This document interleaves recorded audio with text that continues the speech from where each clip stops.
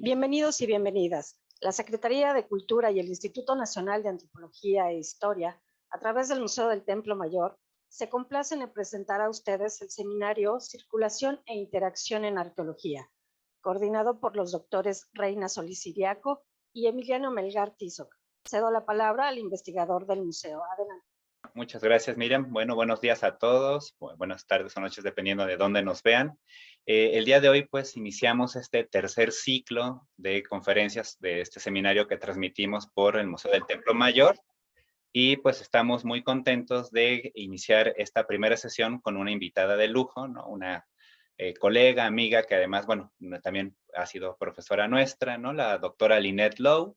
Voy a leer su semblanza curricular antes de darle la palabra. Bueno, Lynette es arqueóloga, egresada de la Escuela Nacional de Antropología e Historia, maestra y doctora en estudios mesoamericanos por la UNAM. Sus intereses académicos incluyen la arqueología maya y zoque, la historia de la disciplina arqueológica durante el siglo XIX y los estudios de procedencia e intercambio de materiales arqueológicos como el ámbar, el cacao y el jade. Es investigadora titular del Centro de Estudios Mayas del Instituto de Investigaciones Filológicas de la UNAM, donde desarrolla los proyectos Chiapa de Corzo y la frontera occidental del área maya, y del romanticismo a la ciencia, el desarrollo de la arqueología en el área maya durante el siglo XIX. Asimismo, se desempeña como profesora del Colegio de Historia de la Facultad de Filosofía y Letras, donde tiene a su cargo el curso de Civilización Maya y del posgrado de Estudios Mesoamericanos de la UNAM, en el cual imparte el seminario El Intercambio en Mesoamérica. Ha sido coordinadora del Centro de Estudios Mayas del 2010 a 2014 y directora de la revista Estudios de Cultura Maya de 2016 a 2020. Entre sus publicaciones se pueden mencionar El ámbar de Chiapas y su distribución en Mesoamérica, Ruinas de Yucatán, álbum fotográfico del siglo XIX, y Chiapa de Corzo, una capital prehispánica de frontera.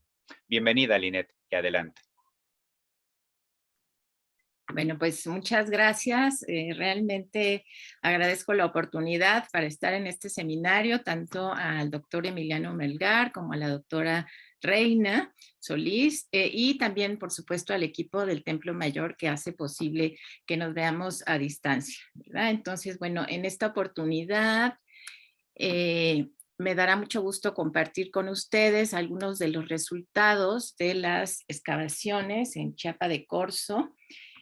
Ahí están viendo ya la presentación. Ok. Sí, ahí se ve.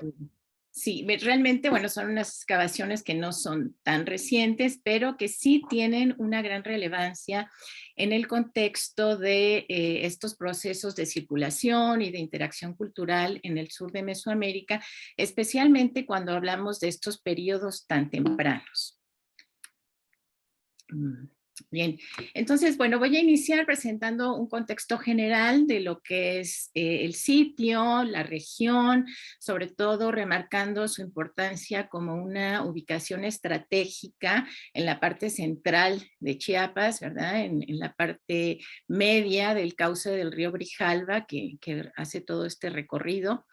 Entonces, bueno, esto también enfatizarlo con base en las fuentes históricas, porque es un papel que desempeñó a lo largo de muchos siglos, incluso hasta la época colonial, como parte del camino real que iba de Chiapas hacia Guatemala, ¿verdad? Y posteriormente ya pasaremos a lo que son las evidencias arqueológicas y finalmente algunos de los resultados del análisis de los materiales, ¿verdad? Bueno, entonces doy inicio. Chiapa de Corzo se distinguió como una de las principales capitales regionales en la depresión central de Chiapas por casi 2 milenios, hasta su abandono a finales del periodo clásico. Su localización sobre una meseta elevada que dominaba el valle del Río Grande o Grijalva resultó estratégica en el control de una de las principales vías de comunicación y transporte de recursos entre la costa y las tierras altas del interior. La cuenca del río Grijalva fue poblada desde épocas muy tempranas por los grupos zoques.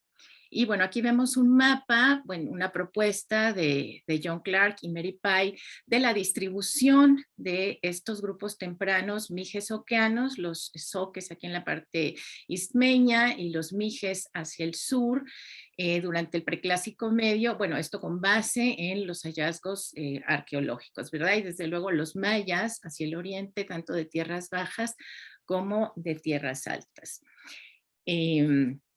La zona constituyó un área de confluencias culturales por su situación limítrofe con otros grupos, como los olmecas, los mayas y en épocas más tardías los chiapanecas. Al parecer, los zoques ocuparon todo el occidente del actual estado de Chiapas, aunque con el paso del tiempo esta superficie fue reduciéndose ante la invasión de otros pueblos. El papel crítico de este territorio como parte del área cultural del Istmo ha sido destacado por su importancia en el contexto de la génesis y evolución de las sociedades tempranas del sur de Mesoamérica, por investigadores como Matthew Stirling, Gareth Lowe, Tomás Pérez Suárez o John Clark, entre otros.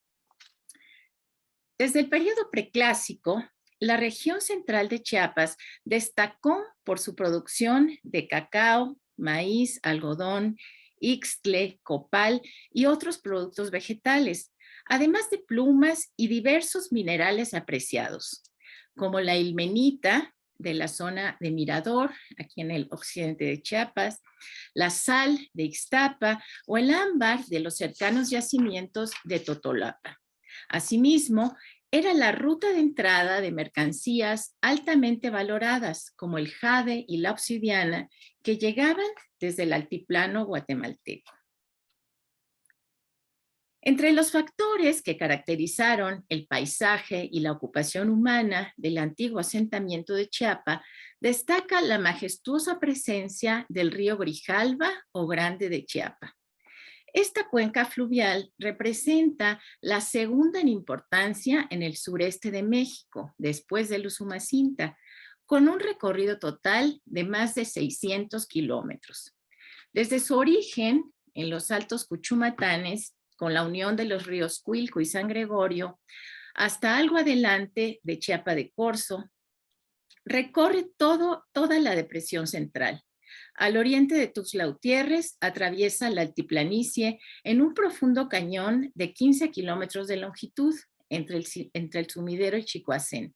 Y más abajo, desde la desembocadura del río La Venta, corre en amplias ondulaciones a través de las montañas del norte para desembocar en la planicie costera del Golfo. Chiapa de Corzo, a pocos kilómetros de la entrada superior al Sumidero, fue un importante puerto fluvial para el transporte de carga y pasajeros hacia la zona de la Angostura hasta mediados del siglo XX, antes de que se construyera la carretera moderna. Salvando este peligroso estrecho, el de la Angostura, las embarcaciones representaban un medio de transporte vital para las comunidades locales, en la parte alta de la cuenca fluvial. Por el lado opuesto, pasando el cañón del Sumidero, que era impracticable para la navegación, jugaba el mismo papel el puerto de Quechula, con una bajada directa hacia la costa del Golfo y diversas conexiones a otras zonas. En la actualidad, el paisaje del río ha cambiado drásticamente debido a la construcción de varias presas hidroeléctricas. Es el caso de la Angostura, en su cauce superior, y las de Chicoacén, Malpaso y Peñitas sobre su cuenca media. Según los estudios del maestro Carlos Navarrete, el sistema de comunicaciones asociado al río Grijalva constituyó el eje de una de las rutas de mayor importancia en la región desde tiempos prehispánicos, no solo por lo que dicha vía fluvial representaba, sino también, y cito, por los cientos de caminos que bajaban a sus márgenes y formaban una verdadera maraña a través de pasos inimaginables, enlazando poblaciones, lugares de peregrinación religiosa, mercados, centros productores de artesanía, regiones de climas y cultivos diferentes y una gama enorme de actividades y lenguas. Fin de la cita. Además de ello, todas las terrazas fluviales, desde las más angostas en la parte baja del río que se inundaban en época de crecidas, hasta los anchos terraplenes de los niveles superiores, desempeñaron un papel fundamental en la economía agrícola de la región, siendo famosas las vegas del Río Grande a lo largo de la época colonial por su abundante producción y variedad de cultivos. Considerando su ubicación estratégica en la parte central del valle y siendo una de las poblaciones más importantes de la provincia en el momento de la conquista, Chiapa fue elegido como uno de los primeros asentamientos coloniales, con el nombre de Chiapa de los Indios, en contraposición a Ciudad Real o Chiapa de los Españoles, la actual ciudad de San Cristóbal de las Casas. Y durante los siglos posteriores mantuvo su prosperidad e importancia como puerto fluvial. Su localización sobre el Camino Real que se dirigía a Guatemala, así como la mencionada fertilidad de las vegas aluviales, hicieron de esta ciudad un punto de encuentro de mercaderes, arrieros y viajeros. Las crónicas coloniales describen con detalle la riqueza productiva de sus tierras, como lo menciona Fray Tomás de la Torre en el siglo XVI. Y cito, este pueblo es muy grande y el mayor que hay en esta provincia. Está a la ribera del mayor río que hay en toda la Nueva España y así abunda de pescado, posee tierras muchas y las mejores que hay en Indias. Cogen cacao dentro de su tierra, siembran 2 veces en el año. Y si quisieran sembrar 7, también pudieran, porque la tierra siempre está para ello. Con poca agua que llueva, danse en las vegas del río, que son muy grandes, todos los mantenimientos de los indios sin que la tierra se labre ni se cabe. De aquí se provee toda la tierra. Es fin de la cita. Las fuentes históricas enfatizan también la importancia que tuvo Chiapa en el control del comercio regional, según se documenta en una visita a la provincia en 1595. Y dice, estos indios son industriosos y gustan de hacer comercio, y como es paso obligado de comerciantes que van hasta la otra Chiapa arriba del cerro, siempre se ve movimiento de gentes que entran y salen por los caminos que van a la orilla del río. Hay buen embarcadero y Chiapa es cabeza final para los que vienen río abajo, pues de Chiapa en adelante el río se mete y se desbarranca entre cerros muy apretados.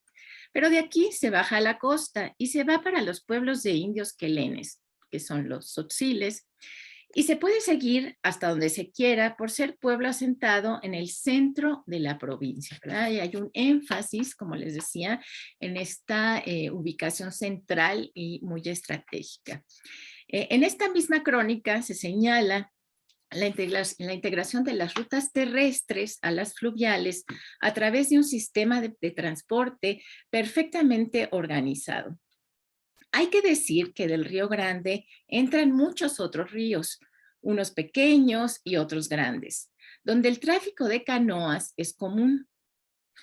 Con los buenos navegantes que son los indios de esta parte y donde no pueden pasar en canoa, lo hacen a pie, pues son muchos los caminos y embarcaderos que mantienen junto a ellos.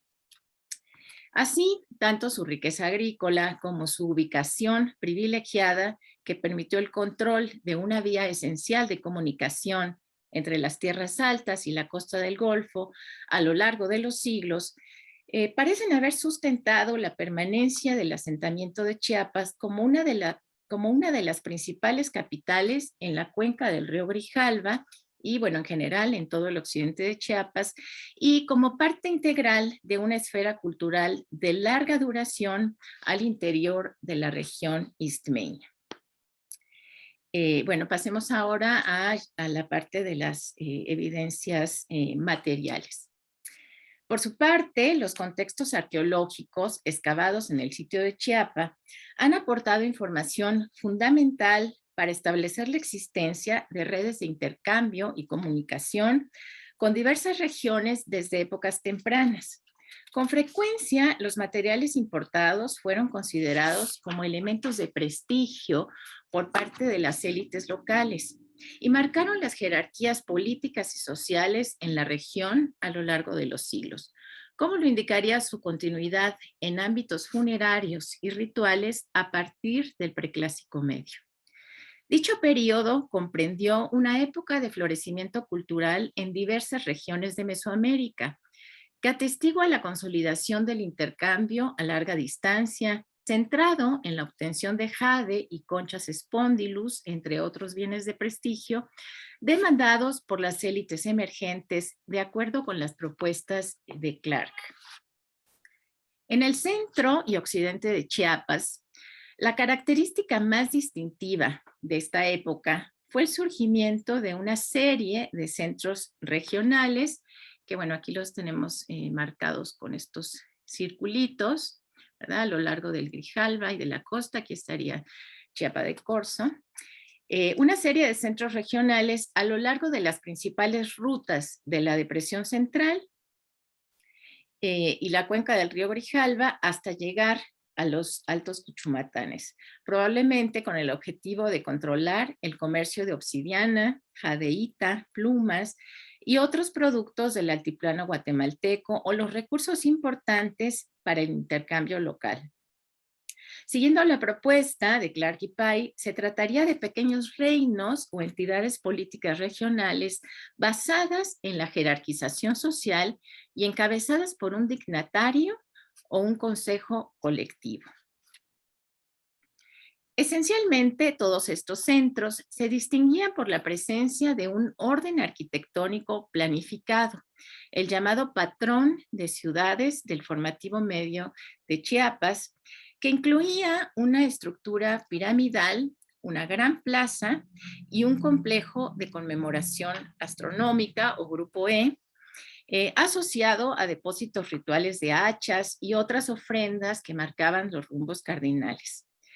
A partir de esta época, el asentamiento de Chiapa de Corzo parece haber iniciado el vigoroso desarrollo que lo llevaría a convertirse en una de las más importantes capitales regionales de la tradición zoque en la cuenca del Grijalva.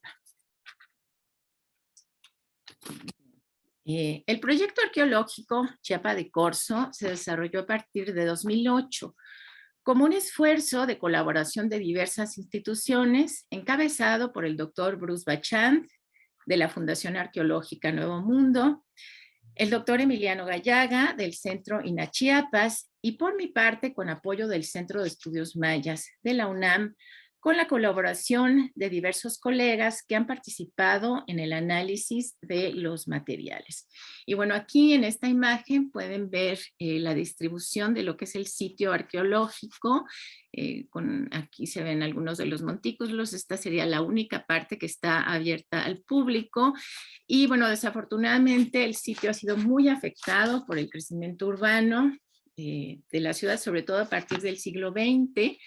Primero con la construcción de la carretera panamericana, que lo cortó prácticamente en dos, y posteriormente con la construcción de la gran fábrica de Nestlé, que tenemos aquí, que destruyó pues varios de los montículos importantes de la parte central del sitio. Y bueno, desde luego por el avance del crecimiento urbano, con casas, escuelas, calles, etcétera, ¿no? Entonces, bueno, en la primera temporada que realizamos en 2008, lo que nos planteamos fue realizar diferentes sondeos en lugares del sitio para ver, bueno, primero establecer lo que era la cronología, de reforzar un poco la secuencia cerámica que ya se había hecho con las excavaciones de los años 50 y 60, y bueno, sobre todo tratando de aprovechar aquellas zonas que todavía no, ahorita vamos a ver algunas fotos para que vean cómo está prácticamente rodeada, ¿verdad? Por la ciudad moderna, algunas zonas que todavía se podían rescatar. Entonces, bueno, aquí está la parte central, que eso fue importante en el preclásico tardío y en el protoclásico, y la parte más antigua, que sería la del grupo E, que en esta primera temporada solo hicimos unos pequeños sondeos aquí en la plaza central, pero que bueno, fueron resultados bastante sorprendentes, ¿no? Bueno, en lo que se refiere a la plaza central, vemos aquí los dos edificios principales, el 1 y el 5, y los sondeos que hicimos en esa ocasión, que fueron solamente en área de plazas para recabar algunas calas, que ya se habían hecho pues décadas atrás, ver cuestiones de cronología, aquí en la Plaza Central, que fue un área de entierros en el preclásico tardío, y en la parte posterior rescavamos en una trinchera que había sido hecha por el maestro Navarrete muchos años atrás, sobre todo para ver las cuestiones de construcción de la terraza donde están levantados estas estructuras. Y bueno, aquí en una de las esquinas que encontramos un basurero preclásico muy interesante, sobre todo ahorita que hablamos de esta época, ¿verdad? Aquí se ve también la única parte del sitio que está protegida, que ya fue comprada por el INAH justamente en aquellos años, y bueno, que está cercada y que bueno, que puede tener acceso al público, ¿verdad? Y bueno, estas son parte de las excavaciones, se ve los grandes rellenos que se hicieron para nivelar este borde de la terraza que mira hacia el río Grijalva, ya desde el periodo preclásico.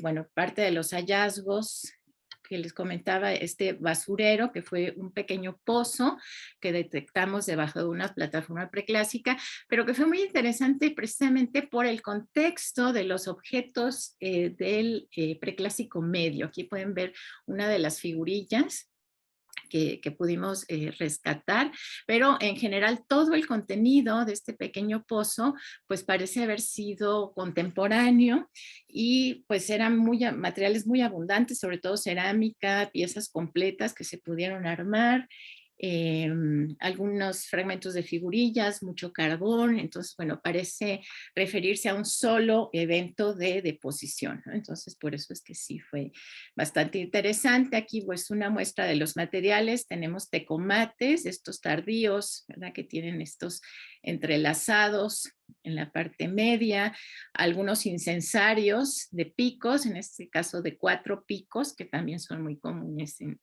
la época, y bueno, los famosos platos de la doble línea quebrada o double line break con engobes blancos, que también son muy característicos de esta época. Pues es un poquito del material, nada más para que lo vean, las figurillas que son las típicas del preclásico medio en todo el sureste de Mesoamérica, no nada más en esta región. Y bueno, el caso de esta figurilla Babyface, que no tenía la cabeza, ¿verdad? Pero sí se pudo armar el cuerpo, y lo curioso es que estaba en diferentes estratos del basurero, ¿no? Pueden ver, algunos estaban quemados, otros todavía conservaban su engobe blanco. Entonces esto fue lo que nos dio pie a pensar que sí, realmente fue un solo evento que se depositó al mismo tiempo en este pozo, ¿no? Y bueno, desde luego es una figurilla de muy buena calidad, posiblemente importada, en este caso sí, de la costa del Golfo. Y algunos ejemplos de figurillas zoomorfas, había felinos, esta que es muy interesante, que parece que es un perezoso, que bueno, son animales del trópico, pero no son muy comunes, ¿verdad? Verlos en representaciones de figurillas, que esta sí fue muy especial. Y bueno, ya pasando a lo que es el grupo E, donde se realizaron la mayor parte de los hallazgos, bueno, en la siguiente temporada también, pues vemos el pequeño sondeo que se hizo originalmente en la parte de la plaza. Bueno, empezamos con un pozo muy pequeñito de 2 por 2, pero al encontrar evidencias de que se trataba de una ofrenda masiva de hachas, pues sí tuvimos que ampliarlo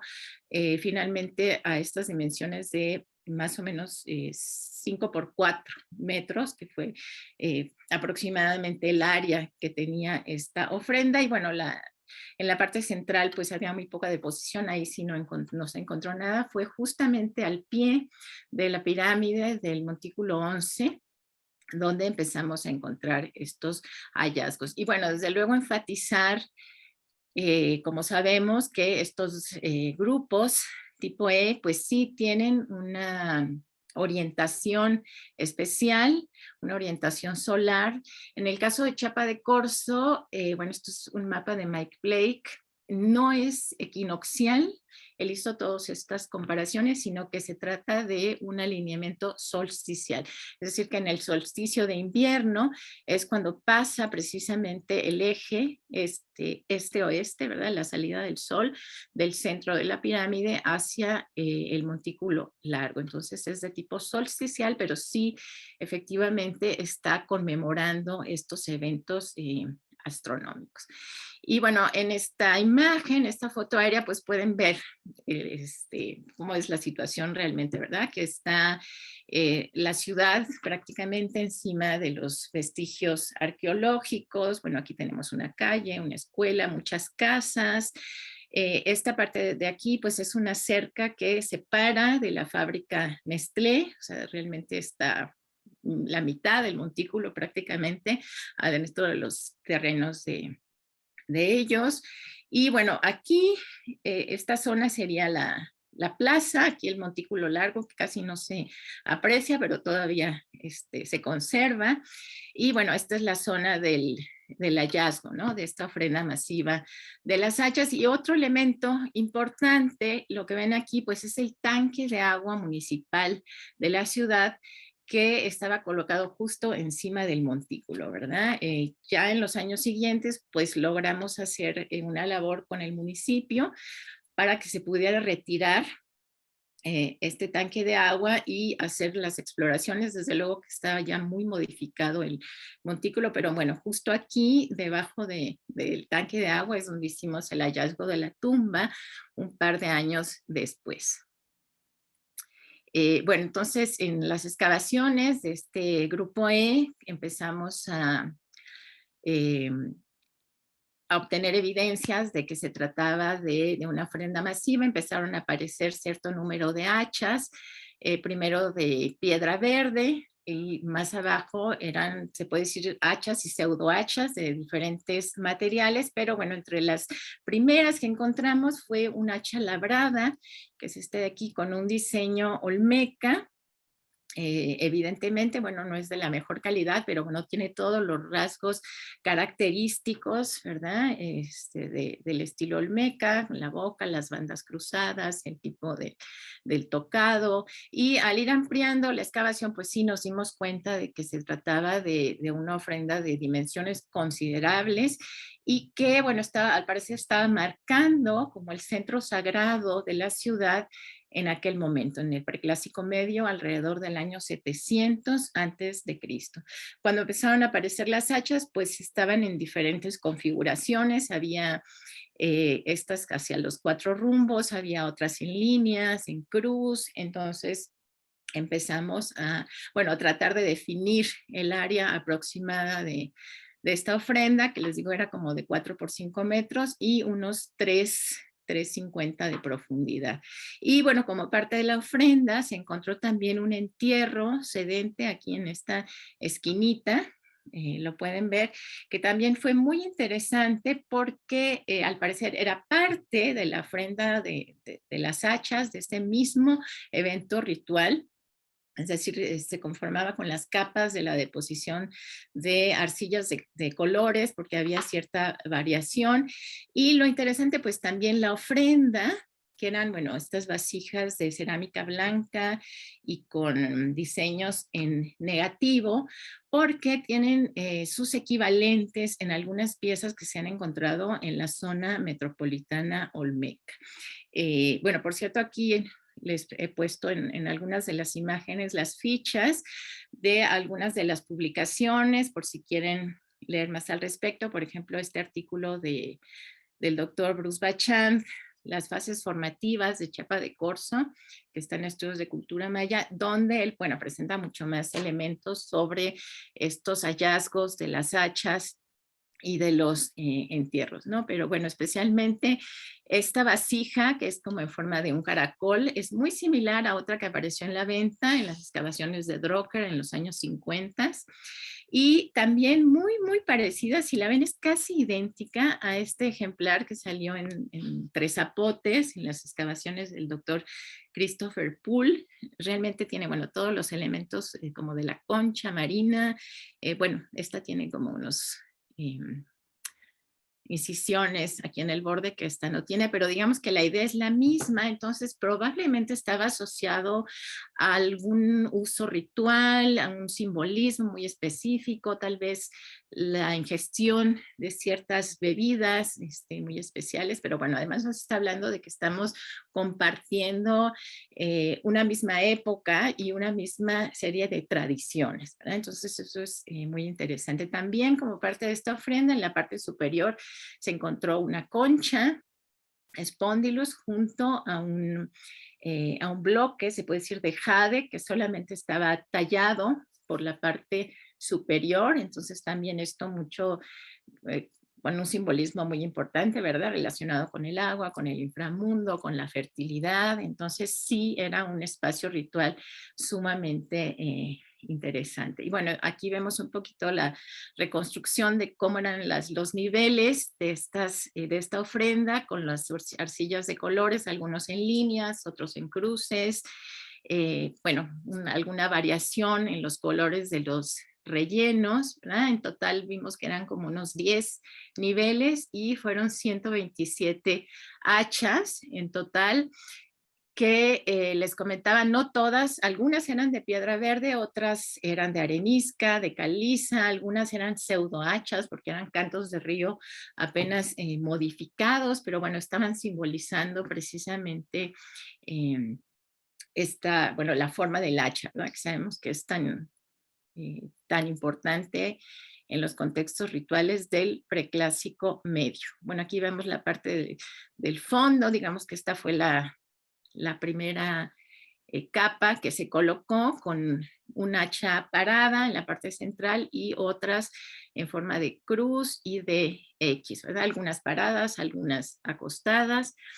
Entonces, bueno, esto sí obviamente está marcando el centro de la ciudad en aquel momento y los rumbos cardinales, ¿no? Desde luego la orientación de este grupo E. Entonces, bueno, ya viendo la importancia de este conjunto, bueno, esta es una reconstrucción ya para el periodo clásico, ¿verdad? Porque el lugar siguió conservando la importancia, pero bueno, nos interesaba mucho saber si, bueno, la antigüedad, cuál fue el momento de construcción de este complejo, ¿verdad? Y bueno, todos los elementos que estaban asociados a la construcción.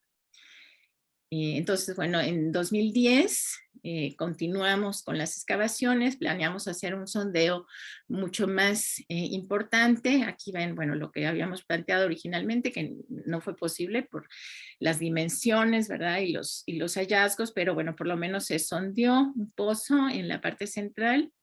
Se ampliaron las excavaciones al frente, aunque bueno, esta cala no se pudo culminar, se hicieron pozos separados y bueno, la del lado de la fábrica, bueno, tampoco fue posible llevarla a cabo. Sin embargo, bueno, con las excavaciones que realizamos salió muchísima información de diferentes épocas, pero sobre todo se logró averiguar la época original de construcción del complejo, ¿verdad? Que era lo que nos interesaba. Entonces aquí pueden ver una foto ya de las excavaciones. Primero, pues obviamente, como les digo, el municipio logró retirar este tanque de agua, que era una construcción de concreto enorme, que además tuvo muchas filtraciones, entonces, bueno, era un poco dudoso los resultados, ¿verdad? Que vamos a tener ahí por todas las modificaciones que tuvo en muchas épocas este montículo.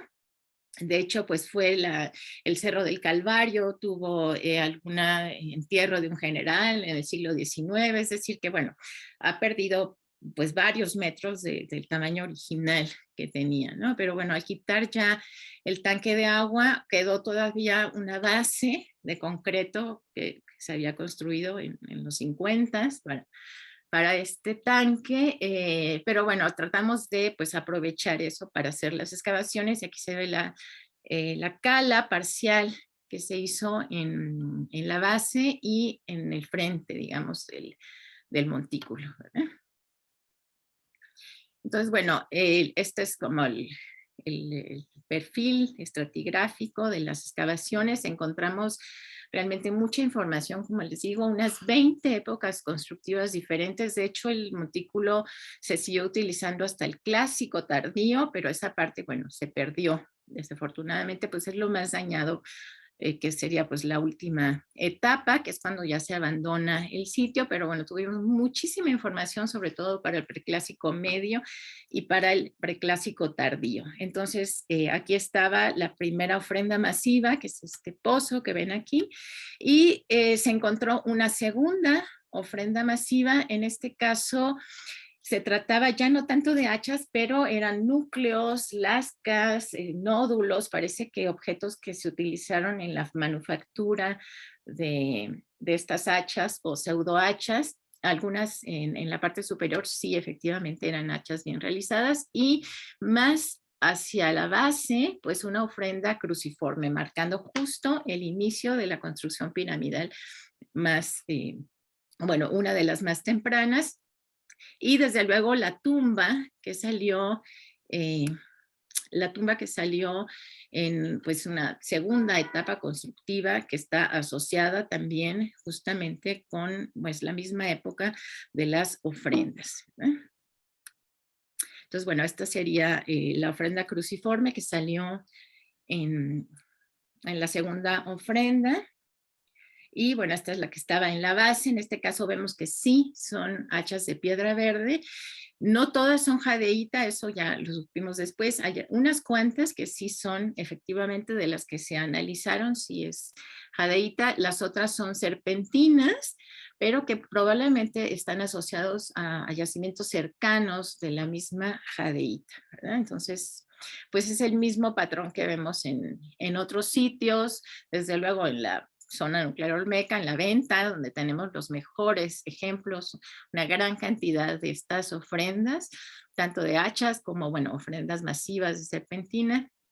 Y bueno, desde luego en el Manatí, en la Merced, en otros sitios de la región. Pero bueno, ya sabemos que esto no no sucede únicamente en la zona olmeca. Hay ejemplos muy, muy tempranos en la costa de Chiapas, en Cantón Corralito, en este entierro que apareció asociado a una ofrenda con varias hachas de piedra verde. Bueno, en San Isidro, en el occidente de Chiapas, que ahora está bajo de la presa de Malpaso, y bueno, en plena, lo que ahora es plena área maya, ¿verdad?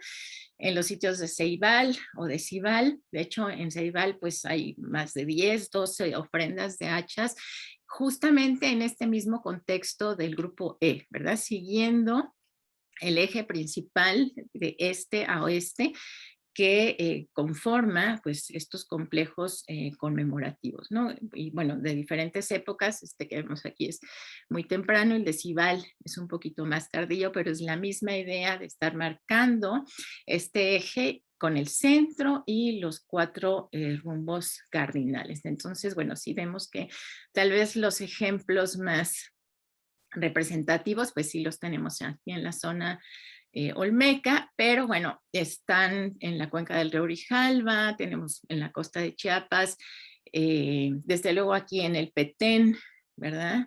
Y pues más recientemente pues sabemos del hallazgo de una pequeña ofrenda también en Aguada Fénix por parte de Takeshi Inomata y su equipo, aunque es muy modesta, pero bueno, es esa misma idea porque justo estaba en el eje central del grupo E, ¿verdad? Y bueno, aquí por marcar un poco la zona de procedencia de las jadeítas, que pues sabemos que desde épocas tempranas justamente seguían estas mismas rutas de circulación por la costa, ¿verdad? Que fue una ruta muy, muy temprana, que se sigue usando por muchos siglos.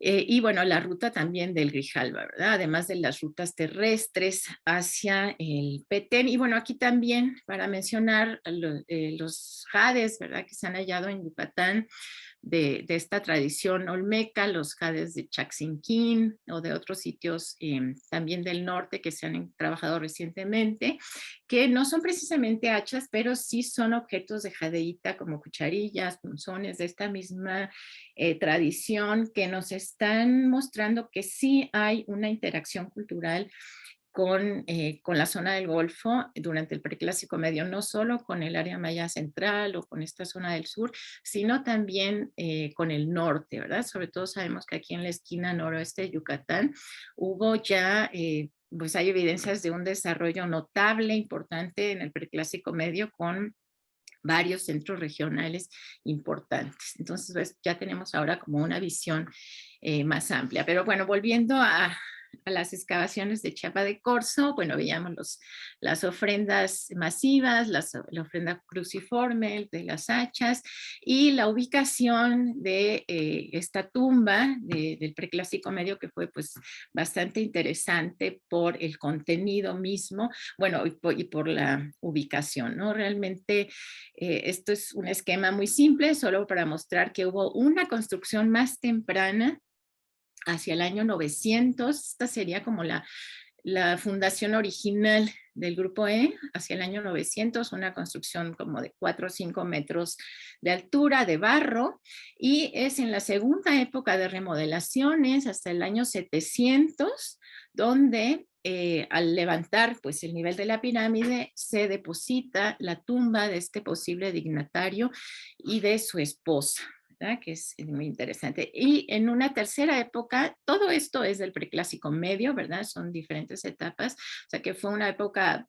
de muchísimo auge constructivo.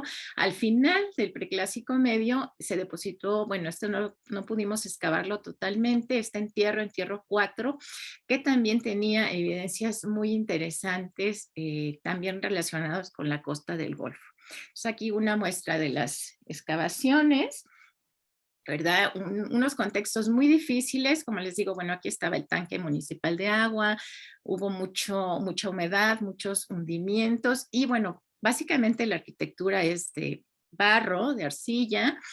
Aquí está la muestra de algunos de los escalones de estas etapas constructivas. También hubo un poquito de uso de adobe, que eran estos como ladrillos de adobe, semicilíndricos. Y bueno, aquí en el corte se ven, a veces era más fácil ver en el corte las diferentes etapas constructivas con el cambio de los colores en el barro, ¿verdad? Que esto pues, fue bastante útil para identificar esta veintena de etapas. Realmente las que están en la parte superior ya corresponden al Preclásico tardío, ya empieza a aparecer un poquito el uso del estuco, ¿verdad? Porque sí se da esta integración en las fases más tardías, pero en las etapas tempranas pues es básicamente construcción de barro. Y bueno, las dimensiones totales fueron un poquito más de 11 metros de profundidad para poder llegar hasta el nivel de la roca madre, ¿verdad? Entonces, bueno, aquí es la estratigrafía con la primera construcción más temprana, hacia el año 900, y luego ya el nivel donde estaría la tumba 1, aproximadamente entre 700 y 500 antes de nuestra era. Entonces, bueno, realmente, como les digo, la intención aquí era pues analizar, conocer las etapas constructivas del complejo astronómico. Pero bueno, durante las excavaciones sí nos sorprendió el hallazgo de un alineamiento de lajas. Bueno, sabemos que esto en los sitios mayas casi siempre está asociado a tumbas. Por ejemplo, en Toniná, en Palenque, ese es uno de los distintivos porque formaban parte del techo de las tumbas. Entonces ya fue como un indicativo de que aquí probablemente había algo similar, aunque muchísimo más temprano, desde luego. Y bueno, ya avanzando las excavaciones nos dimos cuenta que realmente no era un techo, sino que era parte de una pared, de la pared de una cámara, que bueno, realmente no sabíamos en ese momento de qué se trataba, pero empezaron a aparecer restos de madera quemada, que, bueno, después vimos que equivalían, bueno, era lo que quedó de un techo de planchas de madera, ¿verdad? Incluso aquí se ven cómo están quemadas, posiblemente hubo algún fuego o algún incensario que se quedó prendido cuando se cerró la tumba, pero que luego se colapsó, desde luego, bueno, y con todo el peso de los rellenos de todas las épocas constructivas posteriores, ¿verdad? Todo esto se colapsó. Y bueno, interesantemente también había algunas hachas que marcaban como los bordes, las esquinas del interior de la tumba, ¿verdad? Estas son las evidencias como de los tablones y de las varas de madera que se encontraron bueno, en forma de cenizas y de carbón, ¿verdad? Bueno, aquí se ve lo que son las hachas que estaban marcando una de las orillas. Realmente de piedra solo habían dos de los extremos, digamos, de esta cámara funeraria. Y bueno, nos empezamos a dar cuenta que al irla liberando, porque todo estaba, como les digo, colapsado con un barro muy, muy denso, y empezó a haber un cambio de color. Entonces esto pues ya nos indicaba que posiblemente había un entierro, ¿verdad? Que pues, así fue cubierto por cinabrio. Y es lo que le daba este cambio de color. Entonces, bueno, ya al ir profundizando, pues sí, encontramos la evidencia que se trataba de una cámara funeraria con un personaje principal muy ricamente ataviado y pues dos acompañantes. Bueno, aquí apenas se alcanza a ver. Y bueno, una excavación muy, muy difícil porque, como les digo, todo estaba colapsado, cubierto de esta arcilla muy densa, muy húmeda. De hecho, aquí ven pues parte del cráneo, del torso, del personaje principal. Todo lo que eran los restos óseos estaba, bueno, del grosor de una hoja de papel. Estaba totalmente comprimido, ¿verdad? Entonces no había forma de sacar los restos óseos completos, entonces había que hacer un trabajo muy minucioso de excavación, ¿verdad? Porque, bueno, además, como les digo, era muy, muy, muy compacto, entonces sí fue un proceso bastante laborioso, además de que esto pues es una propiedad privada, había que, no se podían dejar las cosas ahí para evitar el saqueo, entonces sí fue un trabajo bastante intenso. Y bueno, ya con la limpieza, lo que podemos ver es que estaba un personaje principal en la parte central, cubierto por cinabrio, con una ofrenda de una veintena de vasijas y dos acompañantes, un niño pequeño de meses de edad y un joven que, bueno, claramente por la postura que tiene este acompañante, pues fue arrojado al interior de la tumba. De hecho, cayó, pues están las partes de las piernas, ¿verdad? Encima de las ofrendas de estas vasijas. Entonces, pues sí parece que fue depositado, posiblemente sacrificado, ¿verdad? Al finalizar ya el proceso de la ofrenda y del el proceso de cubrir esta cámara. Entonces, bueno, vamos a ver algunos de estos materiales del ajuar que son interesantes. Aquí, bueno, se ven las vasijas, sobre todo tenemos cerámica negra, que está, bueno, hay algunas relacionadas con tipos de la venta, también cerámica de cocción diferencial o al negativo, que esto era algo muy común en la época. Esta sí es una tradición local, pero se comparte también a nivel del istmo. Y bueno, esta vasija, esta jarra muy interesante con la doble línea quebrada, que hay un ejemplar prácticamente idéntico en el Museo de la Venta, ¿verdad? Entonces es probable que en este caso sí, tal vez una o dos piezas que pudieran ser de importación. Y bueno, en cuanto al contenido, pues en una de ellas sí había restos de cinabrio, quiere decir que posiblemente fue el contenedor para este pigmento que se colocó encima del personaje y de las ofrendas. Y en otro de los platos se encontró un elemento muy interesante porque parece que se trataba más bien de una máscara, ¿verdad? Esto, bueno, sabemos que hay ahora muchas investigaciones sobre el origen de las máscaras de jadeíta asociadas a ciertas dinastías. En este caso, pues no es de jadeíta, simplemente era una máscara de estuco o una pequeña escultura, no sabemos, pero sí quedaron los restos de los ojitos, que eran de concha, ¿verdad? Con los discos de hematita gris, porque, bueno, estaba colocada pues en una posición como semivertical, entonces todo lo que era el estuco quedó recorrido hacia un extremo del plato, pero sí nos da una idea de esta posibilidad de que tal vez de madera o de otros elementos perecederos, textiles, y desde luego con el estuco se estaban haciendo ya este tipo de representaciones desde el preclásico medio. ¿eh?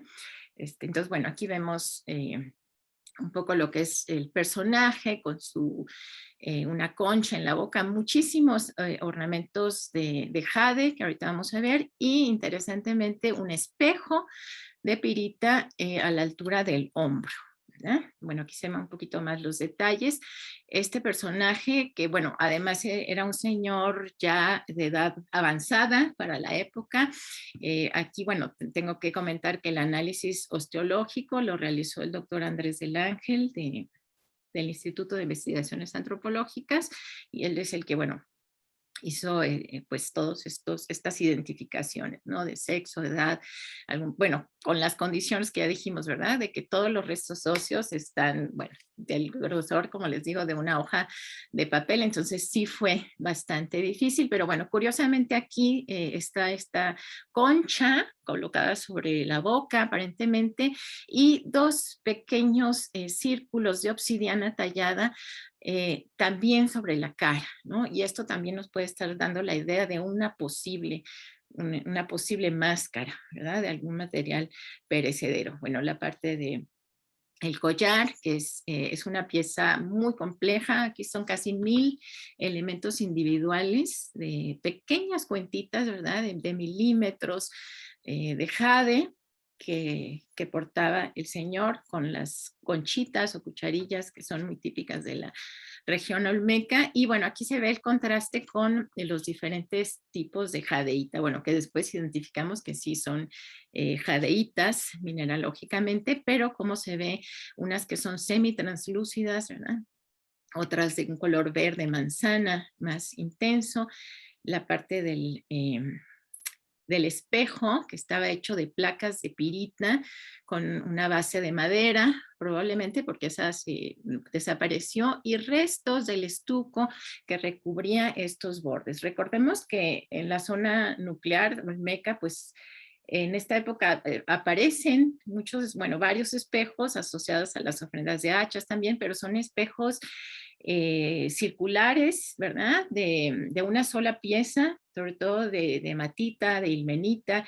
En este caso es diferente porque estaba formado de varias placas de pirita y además era de forma cuadrangular. Entonces, este sí es un estilo bastante local. Y bueno, aquí debo mencionar que, bueno, hay un estudio sobre estas placas de pirita, ¿verdad? Comparativo entre varios sitios que realizó Emiliano Melgar, Emiliano Gallaga y Reina Solís, que también está publicado en la revista de Estudios de Cultura Maya, por si quieren leer un poquito más sobre eso. Entonces, bueno, ya me voy rápido con las ofrendas, que habían no solo jades, sino también perlas de río, algunos elementos de minerales de hierro, lo que era el faldellín del personaje, de pequeñas perlitas, digamos, son cuentas talladas en forma de perlas. Y bueno, al ampliar la excavación se vio que había un anexo con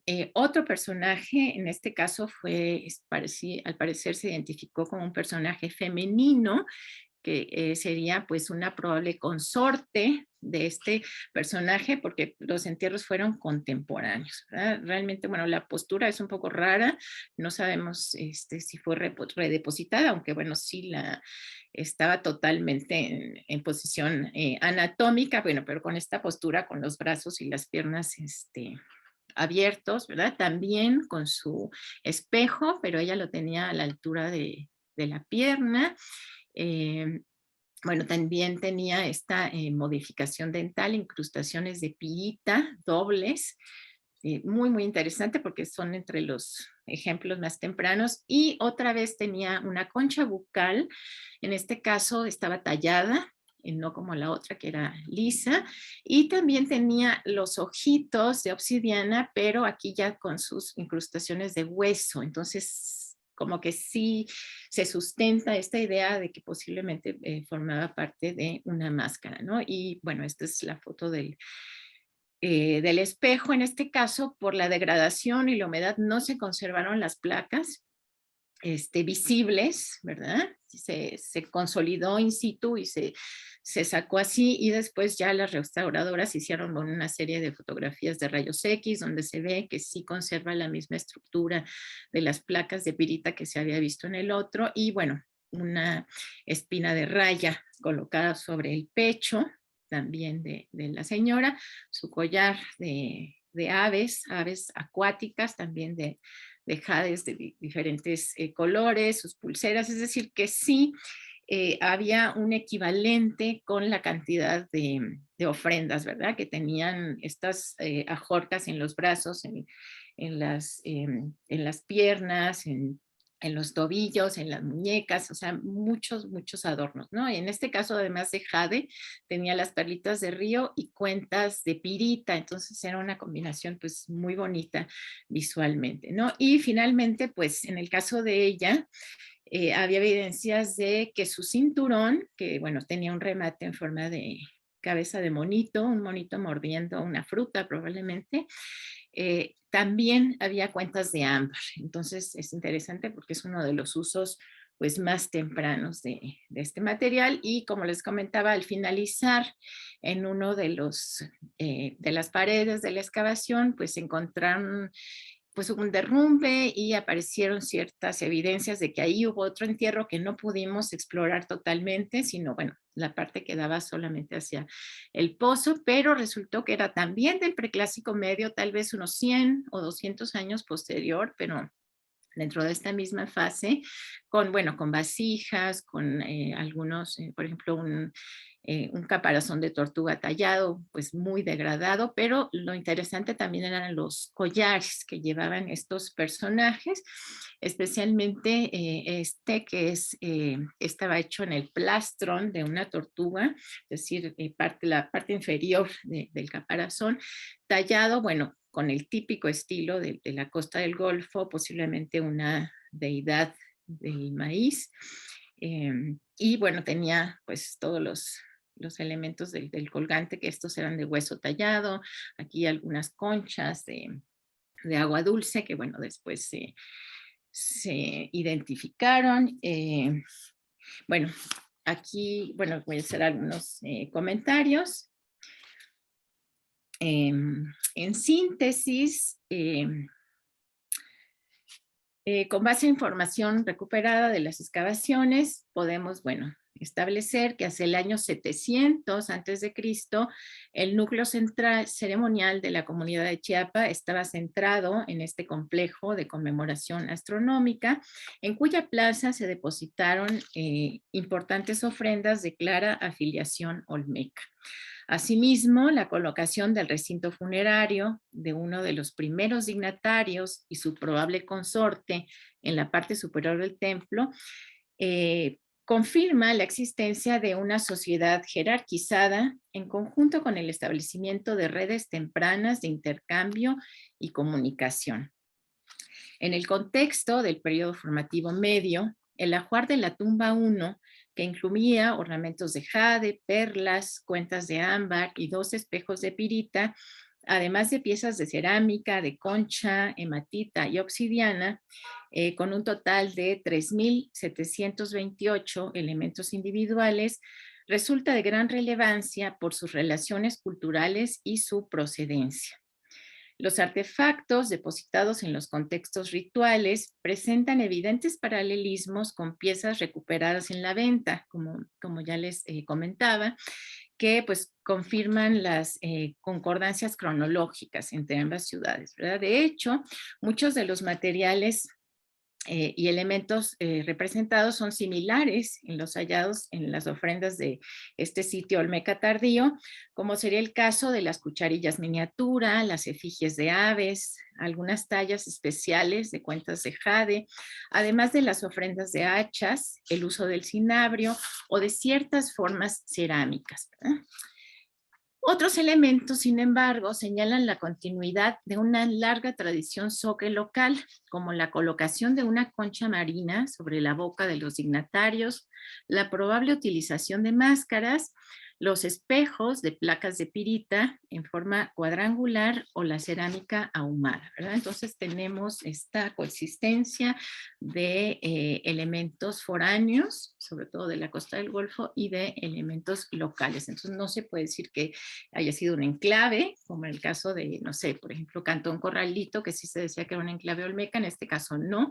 Estamos hablando de una continuidad cultural local, pero sí muy relacionada con estos elementos, bueno, que estaban en boga en la época, ¿verdad? Bueno, como punto final, solo hablar brevemente del análisis de los materiales que hicimos con la colaboración de varios colegas. Y bueno, en algunos casos les pongo aquí la ficha también por si quieren leer un poquito más, donde se publicaron estos estudios ya más específicos. Y bueno, con el objetivo de lograr la identificación y la posible procedencia de los materiales importados. Primero, en primer lugar, llevamos a cabo un análisis no destructivo de los artefactos líticos, que estuvo a cargo del doctor José Luis Rubalcaba y su equipo del Instituto de Física de la UNAM. Mediante la aplicación de espectroscopía infrarroja, espectroscopía Raman y fluorescencia de rayos X. Los resultados indicaron que casi la totalidad de las piedras verdes de la tumba correspondían a jadeitas, ¿verdad? Es decir, un 99%, con unas pocas excepciones que vamos a mencionar más adelante, incluyendo los collares, las pulseras, los brazaletes, las ajorcas y los adornos del cinturón de ambos personajes. Entonces sí estamos hablando de materiales importados directamente, ¿verdad? Y en cuanto a su procedencia, bueno, es bastante reconocido que las fuentes principales de jadeíta se ubican en la cuenca del Motagua y efectivamente el análisis estadístico de estas piezas indicó, bueno, 3 fuentes principales. Una de ellas agruparía la presencia del Motagua y las otras 2 no pudieron ser identificadas, pero pueden referirse a yacimientos ubicados dentro de la misma región, porque comparten muchas de sus características, ¿verdad? Sí habíamos comentado que visualmente parecían muy diferentes, pero en realidad todas están procediendo de esta misma región. Y bueno, como excepción, en los collares que portaban los personajes, habían 4 piezas de cuarzo, ¿verdad? Pero si ustedes lo notan, no, digamos, visualmente no hay diferencias entre el color o la textura. Es realmente a través de esos análisis con los espectros que se diferencia notablemente el material, ¿verdad? Pero no era evidente. Y bueno, de manera sorprendente también en el collar de esta señora, bueno, además de 2 piezas de cuarzo, que les digo son del mismo color de la jadeíta, había también una cuenta de turquesa, y eso sí fue, pues, como les digo, bastante sorprendente. En estas tallas en forma de cabezas de aves, ¿verdad? Y dice, las bandas de absorción no dejan lugar a dudas y se corresponden bien con la referencia mineral de la turquesa. En forma similar, otra cuenta de turquesa fue descubierta en una de las ajorcas del dignatario, pero si ven, bueno, en estos casos sí hay una diferencia de color, ¿verdad? No como en el caso del cuarzo, que era muy similar. Aquí sí vemos que son como más claritas, ¿verdad? En ambos casos, los espectros obtenidos no presentan coincidencias con los yacimientos de Sonora, de Nevada y Arizona, por lo que se puede pensar que proceden de una fuente aún no identificada. Dicho hallazgo, pues es muy relevante por la antigüedad del contexto, ya que indicaría la presencia más temprana de turquesa en la región y abre la puerta para reevaluar las propuestas sobre rutas de intercambio de turquesa y fuentes disponibles para Mesoamérica en este periodo. Bueno, además de ello, se confirmó la identificación de un pequeño mosaico de hematita especular, así como de los discos de obsidiana gris y verde que formaban parte, bueno, de estas posibles máscaras, aunque no se pudieron relacionar con yacimientos. Y por otro lado, ya hablando de las hachas, en cuanto a las hachas de piedra verde, solamente 3 fueron de jadeíta y todas las demás eran serpentinas, este tipo especial, antigorita, que, bueno, podrían proceder de los mismos yacimientos de la zona del Motagua, ¿no? De acuerdo con este estudio. Por otra parte, el estudio tecnológico de las hachas de piedra verde mediante microscopía electrónica fue llevado a cabo por Emiliano Melgar y Reina Solís, y pues ha sustentado la idea de una manufactura local, sobre todo con el desgastes de arenisca y navajas de obsidiana, ¿verdad? Y esto, bueno, aquí les puse la publicación, está publicado en las memorias del Simposio de Investigaciones Arqueológicas en Guatemala de 2016.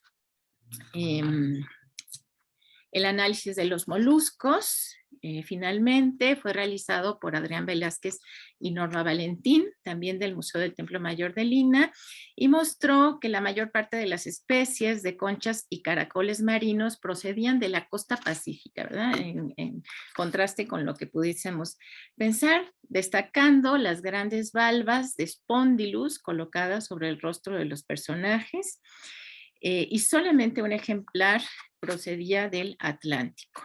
Especialmente interesante en estos contextos fue el uso ornamental de especies de agua dulce, que es lo que habíamos comentado, ¿no? Como en este collar que tenemos unos ejemplares de Pomacea flagellata, que es un caracol comestible que habita generalmente en zonas pantanosas. Bueno, y los pendientes, pues estos sí eran de origen marino, los pequeños caracolitos de Prunum curtum. Bueno, otro caso serían las diminutas perlas de río, como en las ajorcas que llevaban los señores, que fueron recolectadas de conchas de la familia Unionidae, perforadas y utilizadas como parte de los brazaletes. Y destaca también la elaboración de cuentas a partir de cortes en los dientes de articulación de grandes valvas, también de Unionidae, para recrear la apariencia de perlas, como estas que vemos que se utilizaron en el faldellín del señor y cuyo hábitat natural se encuentra en los ríos caudalosos de las vertientes tropicales, por lo que seguramente procedía del río Grijalva o de algunos de sus afluentes, ¿verdad? La presencia de ornamentos de ámbar representa sin duda la evidencia más antigua de la explotación de esta resina fósil en Chiapas, que con el paso del tiempo se convertiría en uno de los recursos más apreciados de la región. Los yacimientos ubicados en el centro y norte de Chiapas fueron explotados a lo largo de la época prehispánica con el fin de exportar estas piezas de joyería a otras regiones de Mesoamérica. Y al parecer, Chiapa de Corzo fue uno de los sitios involucrados en el control de su explotación. Desde el periodo preclásico hasta mediados del clásico, así como su distribución a escala regional a lugares como La Venta, Mirador, San Isidro o Caminaljuyu. La identificación de los materiales importados sustenta así el establecimiento de relaciones de intercambio de la cuenca central del Grijalva con las tierras altas mayas y las zonas costeras a partir del preclásico medio, con una notable continuidad hasta mediados del clásico. En los ajuares funerarios, el jade representaba el material más abundante, con toda la carga simbólica que ello implicaba, asociado a la vida y a la regeneración de la naturaleza, confirmando su procedencia de los yacimientos de la zona del Motagua. Conchas, caracoles y perlas enfatizan la relación con el inframundo acuático e indican conexiones con diversas regiones fluviales y costeras. La obsidiana gris veteada señala una vía importante desde el altiplano guatemalteco y la verde con el centro de México. Más difícil resulta establecer la procedencia de los minerales de hierro, como la hematita y la pirita, que podrían llegar de las tierras altas mayas o de Oaxaca, ¿verdad? Como se ha señalado, la ubicación estratégica de la antigua capital de Chiapas le permitió mantener un destacado papel político y económico en su ámbito regional, adaptándose a los cambios en un entorno cultural de gran movilidad hasta su abandono durante el Clásico Tardío, asociado a la llegada de los grupos chiapanecas que fundarían su ciudad en la parte baja sobre la ribera del río.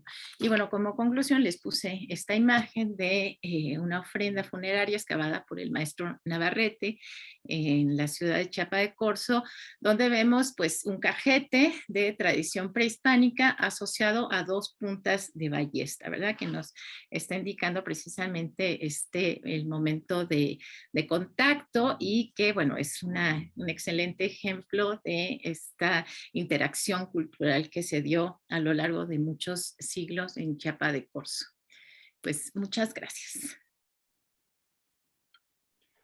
Muchísimas gracias, Linet, por tan excelente presentación con la que inauguramos este tercer ciclo del seminario, ¿no? Y que con lo que nos has mostrado, pues realmente es una gran riqueza de materiales que fueron recuperados por ustedes allá en las excavaciones de Chiapa de Corzo, una diversidad impresionante de tanto materiales como de orígenes, como nos mostraste, ¿no? Que hubo unas sorpresas muy interesantes en los materiales recuperados y que, bueno, tuvimos el placer de poder colaborar contigo para analizarlos, ¿no? Antes de pasar a las preguntas, que tenemos muchas en el público, estuvo muy participativo el día de hoy, también aquí en la sala Zoom tenemos a 2 de las panelistas de ciclos anteriores o que van a estar en este, ¿no? Como son la doctora Krista Schieber y Ana Lilia Contreras. Y no sé si, Krista, tienes alguna pregunta, algún comentario que quisieras hacerle a Linet. Tal todos y especialmente para Linet, que tengo ratos de no verla.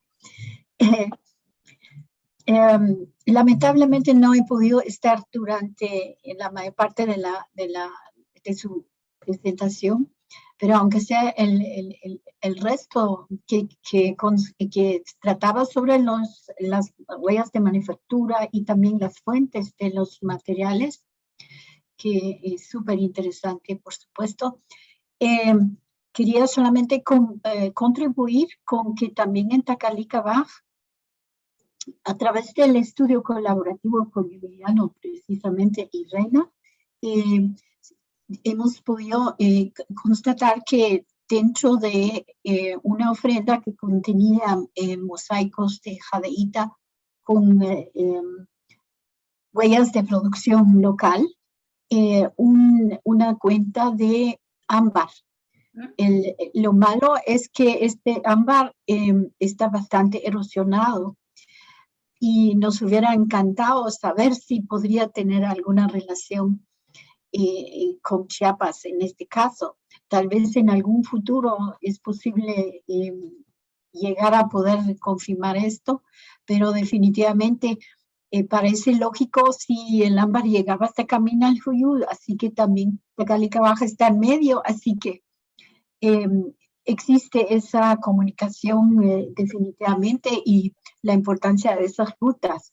Ahí es donde quería preguntarle, Linet, ¿cuál es su propuesta de esas redes de intercambio? Como usted mencionaba que el ámbar también está en la zona olmeca, etcétera, etcétera, como resultado de los sistemas de intercambio. ¿Cuál es su propuesta de esa, o su interpretación, o su definición de esta ruta de intercambio, o las rutas del sistema?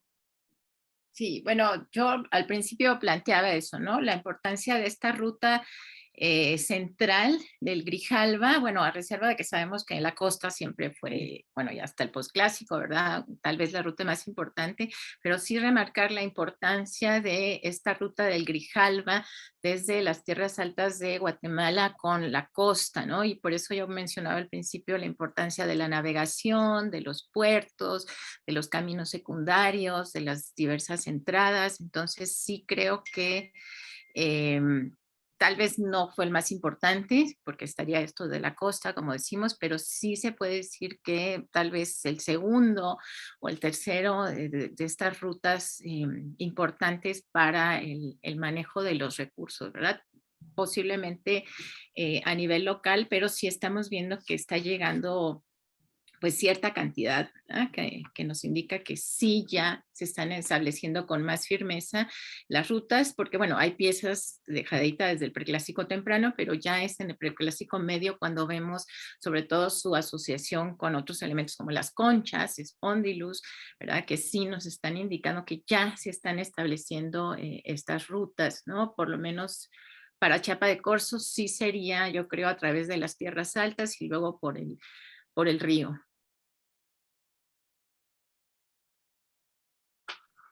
Gracias, muy amable. Muchas gracias, Crista, también gracias, Linet, por tu respuesta. Antes de pasar a varias preguntas que tenemos del público, bueno, nada más para comentar que todos estos materiales que has recuperado, Linet, y que, bueno, has colaborado, bueno, hemos colaborado contigo, pero has colaborado con muchos investigadores. Justo cuando en su momento, ¿no? Te hicimos varios de los estudios. En el caso de que mostraste del pendiente y las dos cuentitas de turquesa, ¿no? Que, bueno, no checan, pero bueno, no checan con esas mudas de ese entonces.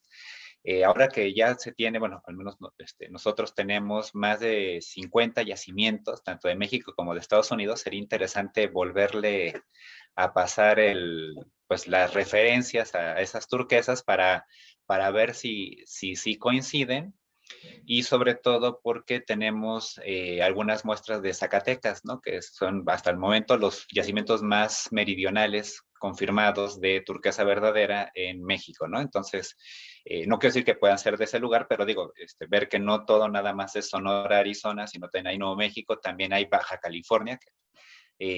Cuando estuve contactando a arqueólogos de allá, les preguntaban a geólogos y a muchos geólogos decían, aquí no hay turquesa, entonces les mandé un artículo, sobre todo agradezco a Antonio Porcayo y a Ana Fonseca, en el que en los 70s tenían yacimientos de turquesa, entonces cuando ven eso, van a visitar la zona y resulta que sí no hay uno, sino hay como 7 yacimientos de turquesa, ¿no? Entonces, te digo, es muy interesante ver la diversidad de yacimientos y como tienes de las piezas, o sea, al menos sabemos que sí son turquesas las que te encontraste, bueno, las que recuperaste, pero ahora lo interesante sería ver si empalman o no la huella química o molecular con las que se tienen conocidas, ¿no? Que eso sería muy interesante. Claro, claro. ¿No? Entonces, esto yo pienso que sería muy bueno. Y la otra es también, digo, como todo, ¿no? La arqueología de largo aliento, pero también la experiencia en los materiales. Cuando estaba señalando que los estudios del 2014 se manejaba que las antigoritos, bueno, esas serpentinas, estos cuarzos podrían ser del Motagua. Bueno, ya tenemos muestras del Motagua con lo que podríamos saber si en verdad sí son del Motagua, porque también en Chiapas mismo, con mi amigo y colega, el doctor Henry Bernard, hizo un recorrido, ¿no? en partes de Chiapas y recuperamos, bueno, él recuperó y analizamos con él muchos materiales, entre los que destacaban nuevamente las serpentinas y los cuarzos verdes, ¿no? Entonces, no quiero decir que no puedan ser del Motagua, es más, yo pienso que en la época prehispánica, no solo los de Chiapa de Corzo, los mayas también, me he topado con colecciones que juran y perjuran, muchos colegas me dicen que todo es jadeíta, les haces los análisis y resulta que, o sea, sí se ve que en su mente seguramente creían que todo lo que sacaban del Motagua era jadeíta, pero geológicamente no todo es jadeíta, porque la jadeíta es un mineral, bueno, si ya mezclándose son jadeititas y luego están asociados con otras rocas, con otros minerales, entonces todo se ve verde como tú señalaste, pero ya con estos análisis más finos, pues resulta que no todo, como dice, no todo lo que diría es oro, aquí no todo lo verde es jadeíta, ¿no? Entonces, se ve que si idealmente ellos buscaban o tener casi la certeza de que si era del Motagua, casi era como un certificado, es jadeíta, pero la realidad nos muestra que no necesariamente todo es jadeíta, pero para ellos era quizás suficiente para que fuera de lo más valioso. Además, los colores, bueno, tú nos mostraste, son sobre todo, ¿no? Este verde esmeralda, no, sí tienes algo del color imperial, pero digamos que los que más predominan son este verde esmeralda, el manzano y algo del imperial, ¿no? Y eso me lleva un poco a algo que es interesante, que ahorita vamos a leer la pregunta de uno de los asistentes, es el color azul, el famoso azul olmeca, ¿no? Que ese, hasta donde yo recuerdo, cuando fuimos contigo, Reina y yo, prácticamente no se aprecia tanto en la colección de Chiapa de Corzo, que sí lo ves en otras colecciones olmecas, ¿no? Entonces, eso es algo, digamos, interesante, ¿no? De las preferencias por los colores, pues apuntan más bien a, como tú señalas, que mucho no solo la lapidaria, las conchas, otros materiales deben ser de hechura local, y pues algo que podría confirmarlos justamente que no tienen tanto ese gusto, esa preferencia por las tonalidades azules, que sí las ve uno en los sitios de la Costa del Golfo, ¿no? Entonces, pues Sí. te agradecemos mucho el haber podido ver esas maravillas que tiene, ¿no? Igual la Crista también tiene con otros tonos, otras formas de hacer las piezas también muy, muy interesantes, ¿no? Ahora vamos a pasar con el público, ¿no? Entonces, Armando Becerril, que ha sido de otros seminarios, bueno, otros ciclos de este seminario, te pregunta, ¿no? Bueno, te felicita y te pregunta, cuando hablas del camino real, ¿en qué momento se establece su desarrollo y si se mantiene en la actualidad su utilización? Bueno, se establece durante el siglo XVI, sobre todo asociado a las fundaciones de los dominicos, que pues son los que establecen esto a lo largo del río Grijalva, y siguen uso tal vez hasta el siglo XVII, XVIII. Algunos de los puntos importantes se fueron despoblando por esta situación que hubo de sequías, de enfermedades, de mortandades en el siglo XVIII. Entonces estos sitios pues se abandonaron, como el caso, no sé, de Copanahuasla, bueno, muchas de estas regiones que están en el Alto Grijalva.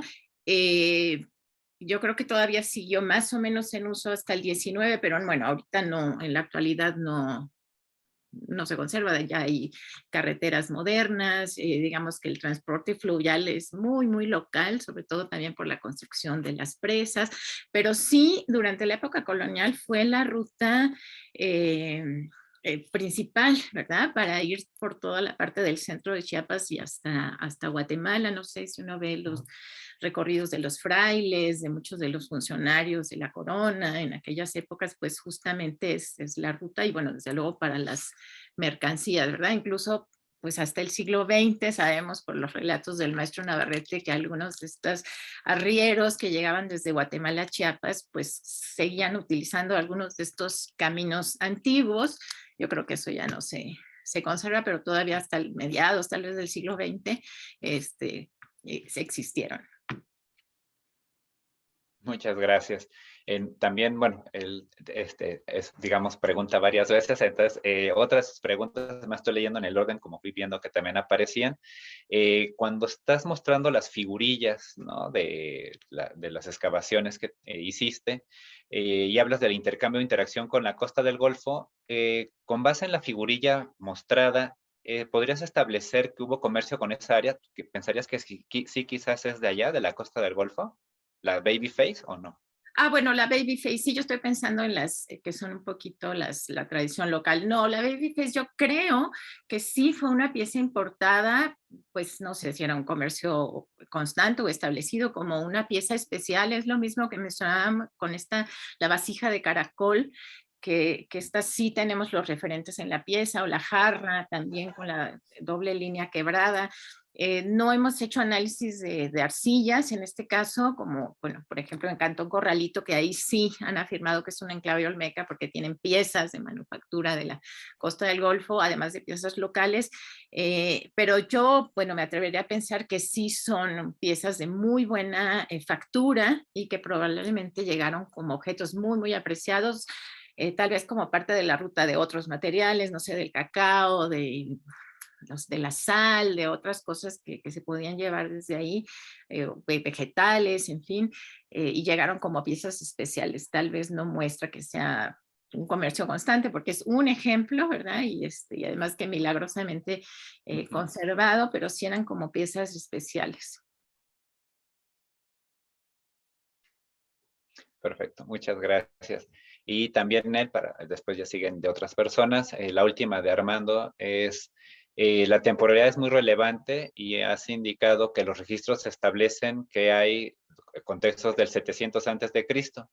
A partir de esta fecha, y su último registro ¿cuál fue el último registro de actividad en la zona indicada? O sea, de que tienes de los entierros y las ofrendas masivas de hachas. Bueno, mira, ese montículo, bueno, ese complejo parece que estuvo funcionando hasta el Clásico Medio o hasta el Clásico Tardío, pero esta es toda la parte que fue arrasada, digamos, por la ocupación colonial y moderna, entonces casi no quedan vestigios más allá de cerámica. Entonces, sí, digamos que se mantuvo en uso hasta el Clásico. De la parte que nosotros excavamos, tenemos evidencia hasta el Preclásico Tardío. Que se fue manteniendo la pirámide con esta misma forma y todo. Posiblemente ya en el Clásico tuvo un recubrimiento de piedra, de estuco, que ya era mucho más generalizado, pero esta es la parte que se perdió, pues todo lo que era de piedra para la construcción de las casas coloniales, los caminos, pero así seguro, tal vez como hasta el protoclásico hay algunas evidencias en el montículo largo. Perfecto.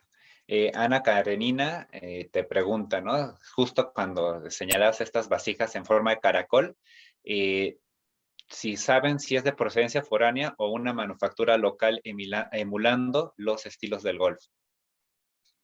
Bueno, es lo que yo comentaba, no hemos hecho análisis de las arcillas, pero a mí me da la impresión que estos eran como algunos objetos rituales muy especiales que sí eran importados, sobre todo el conjunto, que era una jarrita con asa, con la ollita de caracol. Hay un conjunto muy similar que les decía yo que encontró Drucker, que era también una jarrita con asa y la vasija de caracol. Entonces ahí están hablando de cierto consumo de bebidas o de algún tipo de sustancias. Y entonces tengo la idea, sobre todo también por los acabados, viendo la de Tres Zapotecs, que tiene acabado, bueno, está muy bien conservada y tiene todo el engobe blanco pulido. Me da la impresión de que sí puede ser una importación de la costa del Golfo.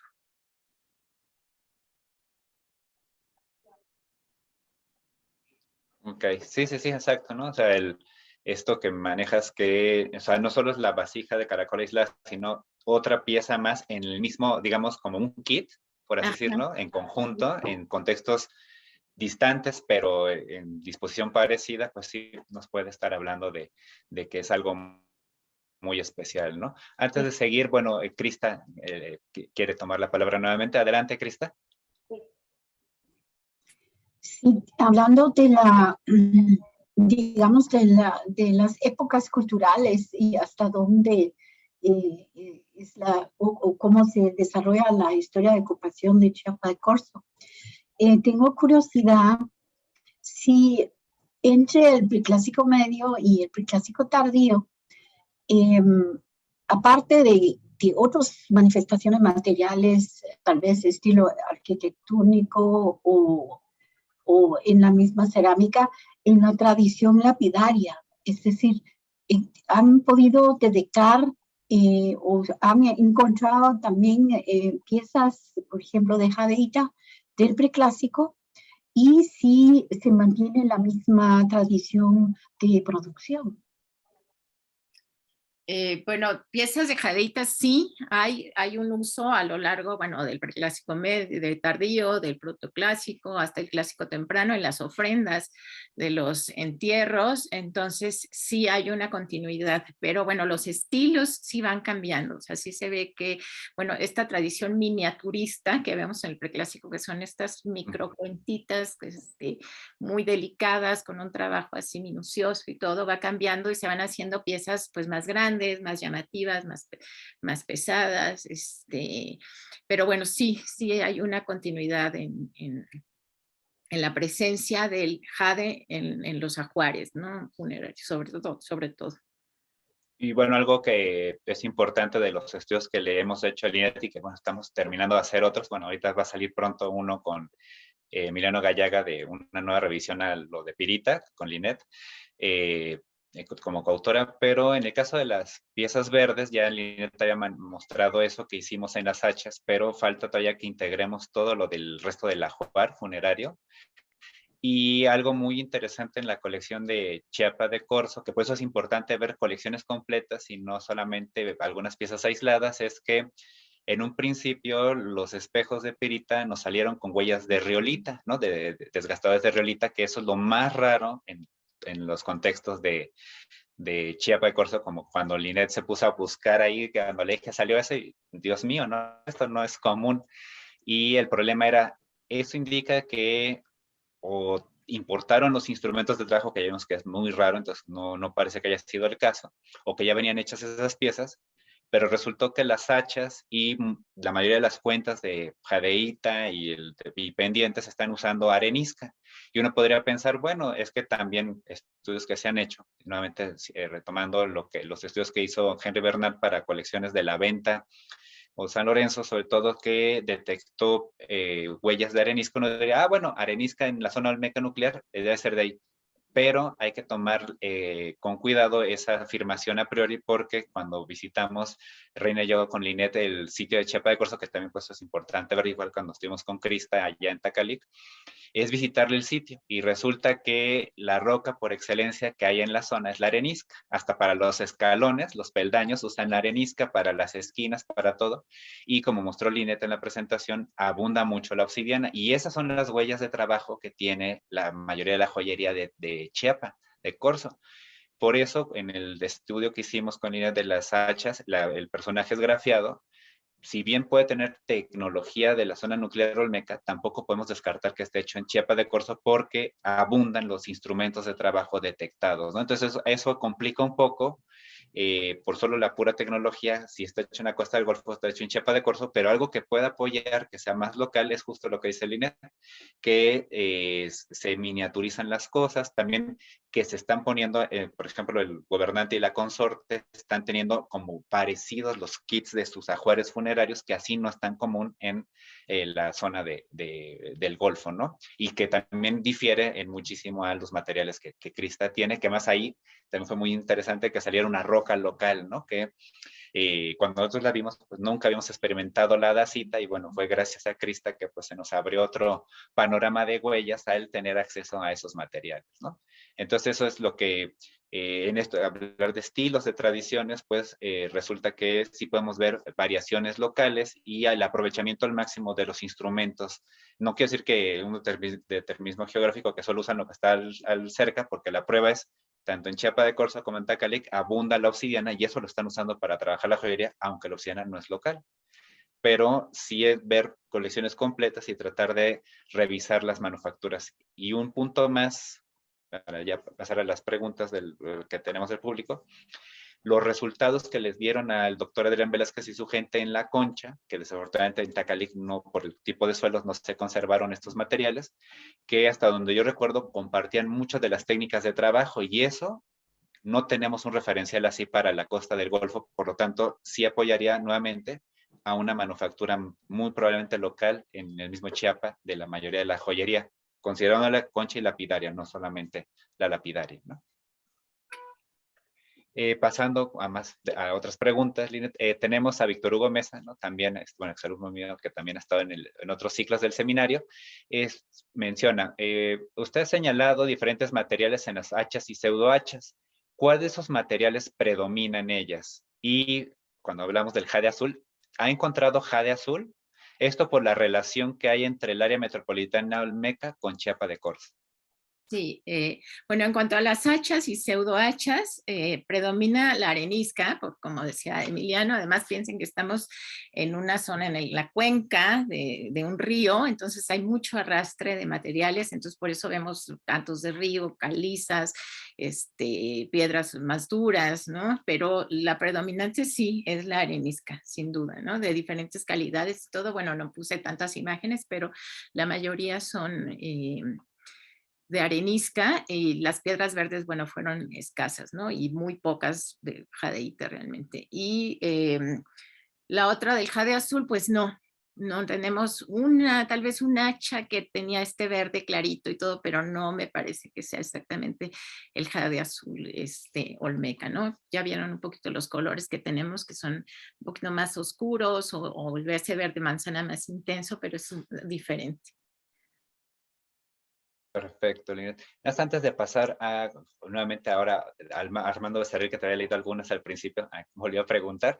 Nada más con el caso de los tonos azules, yo sé que no son los materiales que excavaste o lo que salieron en este montículo, pero en la exposición de Mayas, Lenguaje de la Belleza, pusieron en exhibición un faldellín que decía Chiapa de Corzo, que tenía unas cuentas cilíndricas miniatura muy similares a las que le salieron a Crista y Antacalic, y esas, al menos por la vitrina, pues, dependiendo del foco, también puede haber incidido, eran un verde azulado con destellos de mica, que parecía que estaba viendo, o sea, si quitaba, desarmaba el faldellín, parecía que estaba viendo las ajorcas y los adornos que tenía Crista en Tacalic, ¿no? Entonces, no sé si ese, según las fichas, dice que también es del formativo, pero tú que eres la que trabaja el sitio, no sé qué opinión tienes sobre ese faldellín.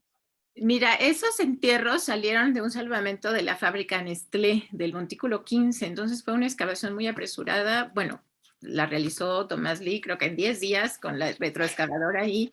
Y sí estuvieron, bueno, han estado en exhibición mucho tiempo en el museo, han participado en otras exhibiciones como esta temporal que dices, y es interesante porque antes del hallazgo de esta tumba, esos entierros se consideraban los más tempranos. De hecho, John Clark pensaba que podrían ser a lo mejor personajes que llegaron de la venta a casarse con los dignatarios locales, porque habían cierto, de hecho hay una vasija esta que tenía el cuello con la doble línea quebrada que salió en un entierro de ese montículo que es el 15.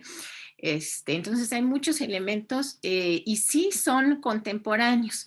Bueno, hay dos entierros, del Faldellín, hay uno de una señora que traía unas cuentitas de jade, pero el del Faldellín es un poquito posterior. Yo creo que sí es del Preclásico medio, pero ya de la parte final, digamos que 500 tal vez antes de Cristo. Y sí, es la misma tradición de esta lapidaria chiquita con las perlitas, el uso de los faldellines para los personajes masculinos. Bueno, tenían unos contenedores de alabastro con cinabrio, o sea, hay muchos elementos que se comparten como derivados también de esta misma tradición local, pero sí, aunque el material sí es un poquito diferente, el color, bueno, de hecho en eso pues no se ha probado si es cadeíta o de dónde viene, pero la tradición de la manufactura, digamos, el estilo, sí, deriva de estas mismas fuentes, ¿no? Es muy emparentado. De nuevo, Crista, adelante. Sí, me alegra mucho que usted está confirmando la fecha, que en este caso sería contemporáneo definitivamente al entierro número 2 de Tacalicabaj. Y por eso tal vez esa analogía en el faldellín y también la pasión por las miniaturas. Solo para ratificar entonces, es decir, habiendo tradición de lapidaria de producción local, pero pueden compartir conceptos o estilos que son ya, que cruzan fronteras, es decir, que son compartidos, por ejemplo, en Tacalicabaj y en Chiapa de Corzo, como por ejemplo la pasión de las miniaturas en el Preclásico medio y finales del Preclásico medio, y que en el Preclásico tardío en adelante, entonces tenemos ya un cambio bastante dramático en la preferencia de cómo diseñar las piezas de jade, que es, como usted mismo mencionaba, que son más grandes, más pesados y que cambia totalmente el carácter, que es lo que estamos viendo en Tacalicabaj, y qué bien que también usted lo está mencionando. Eso enriquece el panorama bastante. Sí, de acuerdo, de acuerdo. Y justamente ese es el estilo, ¿verdad? De la tumba de ustedes, ¿verdad? Donde están las figurillas femeninas y todo con este trabajo delicadísimo, miniaturista, que, bueno, tal vez más allá de las fronteras étnicas o culturales, están compartiendo este estilo y esta tradición. Exacto, y algo interesante es que esas piezas, que son igualitas al faldellín Linet, tienen las mismas huellas a las de Chiapas. O sea, no son las huellas de Dacita, que es como el sello que a Crista lo hemos manejado como hecho en Tacalic. Entonces eso, digamos, por eso cuando las vimos dijimos, es que le quito el lugar y parece que estoy viendo ese otro ajuar, ¿no? Entonces pues, es muy interesante cómo se puede decir que traspasan las fronteras, como señalan, pero la tecnología es la que a veces sí nos puede ayudar a ver que eso no está hecho localmente, ¿no? Como señalaba con los espejos de Pirita de Linet, que si solo hubiéramos visto estos espejos y no nos hubiéramos puesto a ver con Linet qué rocas, qué instrumentos de desgaste hay, uno diría, pues la huella de Chiapa es riolita, y resulta que la riolita es lo menos común en Chiapa de Corzo, ¿no? Incluso es la propuesta que quizás no están hechos en el mismo Chiapa de Corzo esos espejos, o ya vengan hechos en alguna parte del camino, porque las fuentes de riolita más cercanas, pues ya vimos que están más bien hacia la frontera con Guatemala y hacia Huehuetenango, ¿no? Entonces, eso nos cambia muchísimo la forma de elaboración de estos mosaicos, ¿no? Retomando las preguntas del público, que señalaba que Armando Becerril tenía un par de preguntas más. De las ofrendas que nos mostró, el contexto son rituales fundacionales de clausura o mortuorios, en el caso de las de hachas, ¿no? En el caso de las hachas, me parece que son, fundacionales y para marcar como el centro sagrado de la comunidad, ¿ya? Porque era como la plaza principal en el Preclásico Medio. En épocas más tardías ya se va a trasladar a la plaza que les había yo mostrado, la plaza central, que es donde está el Montículo 1, más hacia el borde, digamos, de la plataforma mirando hacia el río, pero en las épocas tempranas este era como el centro sagrado de la comunidad. Y ya hablando de la tumba, pues sí, obviamente se colocó porque era el lugar más sagrado, pero sí, ese es un contexto funerario, pero que también estaría como sacralizando el aumento de la pirámide, ¿verdad? Y bueno, y del templo asociado a ello, porque obviamente de los templos no queda nada, seguramente eran de materiales perecederos. Correcto, muchas gracias, Linet. Y su otra pregunta para pasar a de otras personas, que es, señala Armando Becerril, si puedes comentar cuántos años has invertido en las investigaciones y si vas a continuar excavando en Chiapa de Corzo. Bueno, aquí ya vimos que fueron 2 temporadas de excavaciones, bueno, la segunda temporada que se alargó muchísimo por todos los hallazgos y eso, pero de hecho de los materiales obtenidos, realmente no hemos terminado el análisis, es algo que está en proceso, todavía hay muchas opciones de hacer otro tipo de análisis con los restos óseos, con la pirita, como hemos visto, con los espejos. Entonces, bueno, hay cosas que todavía están en proceso y que no hemos finalizado, y desde luego, pues sí, sería muy deseable seguir a futuro. Lo que pasa es que son proyectos muy caros, ¿verdad? Y estas excavaciones que hicimos fue con ayuda de muchas becas, la beca Fulbright, el apoyo de National Geographic, que consiguió el doctor Bruce Bachand.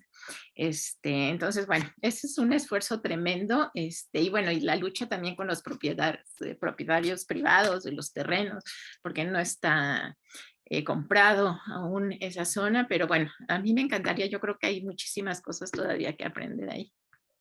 Exacto, ¿no? Patri Orcajada, saludos. Muy interesante tu conferencia y tiene una duda. ¿El infante de la tumba 1 se sabe si fue sacrificado o no hay evidencia de ello? De ninguno de los 2 acompañantes encontramos evidencias. Bueno, ya vimos que los huesos estaban en malísima condición, y en el caso de este bebé, porque era niño de meses, más aún, porque obviamente los huesos no estaban tan sólidos, ¿verdad? Entonces no se pudo, y tampoco del joven, del que estaba a un lado, ¿verdad? No se pudo ver ninguna evidencia de cómo fue, pues si fue sacrificado o qué proceso hubo ahí, o por qué, o si falleció y lo pusieron como parte de la ofrenda. Eso no sabemos, desafortunadamente. Sí, es que, bueno, tú nos mostraste ahí, están hechos, digamos, entre pizza y pomada, ¿no? Los pobres restos, ¿no? Víctor Hugo Mesa, en el caso del cinabrio, ¿se sabe de algún sitio productor en el área o cuál podría ser su procedencia? Pues no, yo ahí no, o sea, sí sabemos que se identificó, bueno, gracias a los análisis del doctor José Luis Rubalcaba, que bueno, algunos restos estaban en los espejos, él que hizo la identificación química, ¿verdad? De este material, pero no, en este caso sí yo no tengo idea, porque yo sé que hay yacimientos en Querétaro, pero no he profundizado mucho en eso. No sé, a lo mejor Emiliano sabe mejor. Sí, bueno, para mí fue una sorpresa ver, visitando hace muchos años con Reina, el Museo de la Escuela de Minas de Guanajuato, que tienen un museo con colecciones de geólogos del siglo XIX a la fecha, y tienes muestras, bueno, se ven en exhibición muestras de localidades del país que ahorita pues te cuesta la vida, ¿no? Ir a recorrerlas, ¿no? Por el narcotráfico, la delincuencia, pero es interesante ver que hay más localidades en México, aparte de la zona de la Sierra Gorda, que tienen cinabrio. Y la otra también sería explorar un poco cómo es la geología en el mismo Guatemala, ¿no? Porque cuando yo tenía la posibilidad de ver colecciones allá con Chloe Andrew, con la misma Krista, con otros colegas y amigos de allá, te sorprende ver algunos materiales, ¿no? Como cuando señalamos la turquesa, Linet.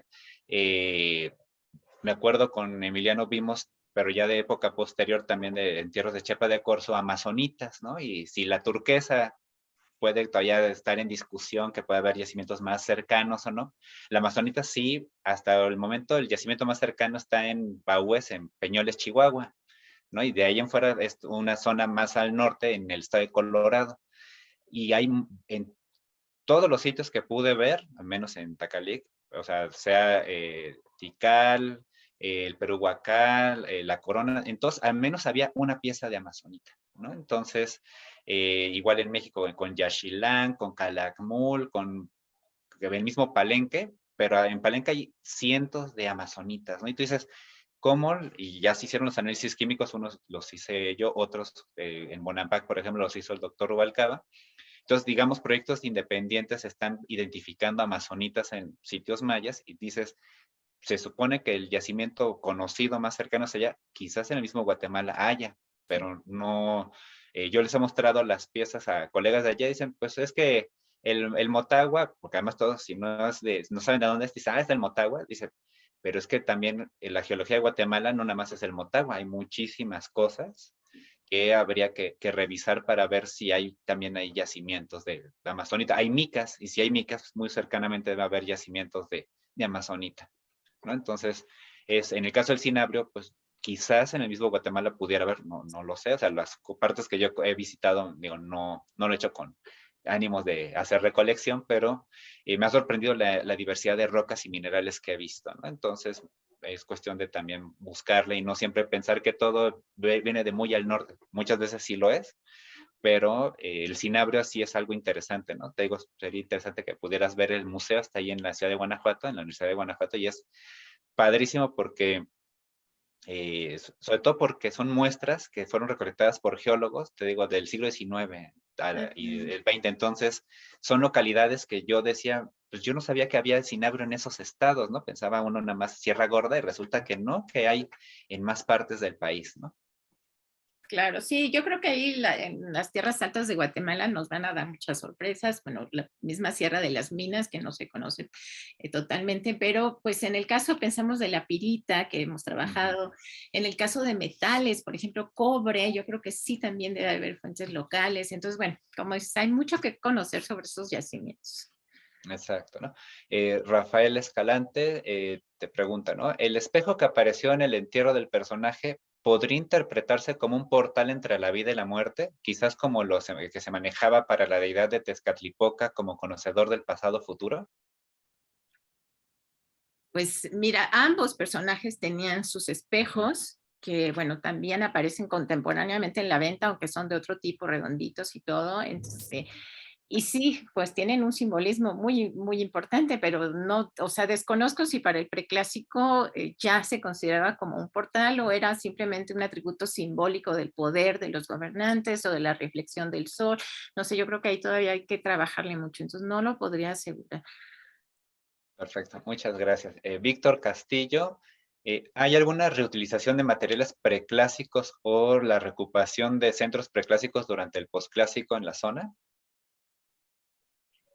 Bueno, las ciudades de las ruinas, que porque ya eran ruinas en el posclásico, sí siguieron funcionando como una especie de lugar de memoria, porque sí se han encontrado algunas ofrenditas o pues sí, algún tipo como de depósitos ya tardíos que de la gente que llevaba ahí pues para colocar sus, no sé, vasijas, a lo mejor un entierro. O sea, sí siguió siendo como un lugar sagrado, aunque ya no estaba ocupado. Sí se ha encontrado, digamos, este reuso como un lugar especial, ¿verdad?